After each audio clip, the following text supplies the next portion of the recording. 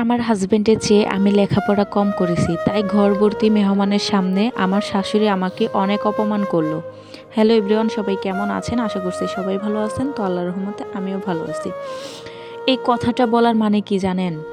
আমি যখন প্রথম প্রথম বিয়ের পর হাজবেন্ডের বাড়িতে যাই, তখন আমার ননদকে দেখতে আসে বরপক্ষ। তো আসার পর আমার শাশুড়ি তাদেরকে জিগাইছে তারা কতটুকু লেখাপড়া করছে, মানে তাদের ছেলেকে জিগাইছে।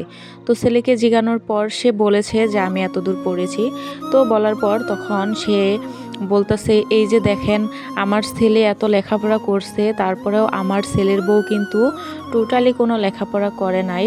মানে টোটালি বললে ভুল হবে, লেখাপড়া করেছে তারপরেও কিন্তু এতটা করে নাই। মানে আমার ছেলে বেশি লেখাপড়া করছে আর আমি হচ্ছে কম লেখাপড়া করেছি। মানে তার ছেলে অনেক লেখাপড়া করেছে, আমি কম লেখাপড়া করেছি। সেটা মানে ঘরভর্তি মেহমানের সামনে আমার শাশুড়ি আমাকে অপমান করলো। তো তখন কথাটা শুনে খুবই কষ্ট লাগলো। তো ওই কথাটা আমি আমার হাজবেন্ডকে বললাম। তো আমার হাজবেন্ডকে বলার পর তখন আমার হাজবেন্ড বলতেছে সত্যি কথাই তো বলছে, মানে সে তার মায়ের মানে পক্ষ টানতেছে। এই কথা বললো না, মুরব্বী মানুষ বলছে, সমস্যা নেই।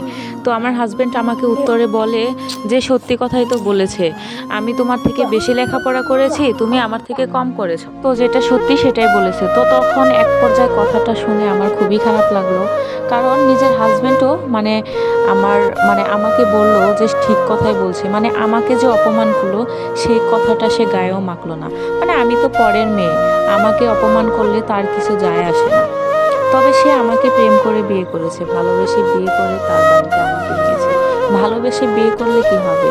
সে তো তার বাবা মার কথাই শোনে সব সময়। বিশেষ করে বাবার কথা না, মায়ের কথা, বোনের কথা বেশি শোনে।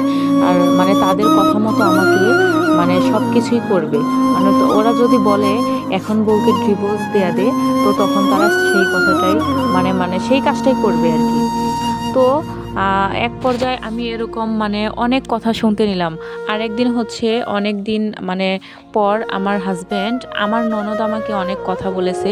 ওই কথাটা বলেছিলাম বলে আমার হাজব্যান্ড আমাকে অনেক মারছিল। তো সেই কথাগুলো কিন্তু আজও আমার অনেক মানে মনে পড়ে। আর তারপরেও আমি ওই কথাগুলো ছাড় দিয়ে তাদেরকে প্রচুর পরিমাণের ভালোবাসি। কারণ কেন জানেন? কারণ আমার একটা বোন নেই। সেই কথাটা ভেবেই আমি তাকে অনেকটা ভালোবাসি, অনেকটা সম্মান করি। হ্যাঁ, তবে সে আমাকে বোনের মতো দেখে না, সে আমাকে ভাবির মতোও দেখে না। আমি তার বড় বয়সে, মানে বয়সে না, সম্পর্কই বড়। তারপরেও সে আমাকে আমার নাম ধরে ডাকে। এখনও অবধি কোনো দিন মানে মানুষের সামনে আমাকে ভাবি বলে, আর যখনই আমি আড়ালে থাকি বা যখনই যে কোনো ইয়েতে থাকি, মানে আমারই সামনে সে আমাকে মানে আমার নাম ধরে ডাকে। তখন না আমার খুব কষ্ট হয়। কারণ কেন জানেন? আমি ওর বয়সে ছোট হতে পারি, কিন্তু সম্পর্কে অনেক বড়। তারপরেও সে আমাকে মানুষের সামনে, সবার সামনে যখন নাম ধরে ডাকে, তখন একটু খারাপই লাগে। মাঝে মধ্যে আমার শাশুড়ি বলে, ওকে কেন নাম ধরে ডাকতেছিস? ওকে নাম ধরে ডাকস কেন? মানে আমার শাশুড়ির উপরেও অনেক রাগ দেখায়। তো ভিডিওটি ছিল একটা স্টোরি থেকে নেওয়া। তো ভিডিওটি কেমন লাগছে অবশ্যই কিন্তু আপনারা জানাবেন। তো সবাই ভালো থাকবেন, সুস্থ থাকবেন।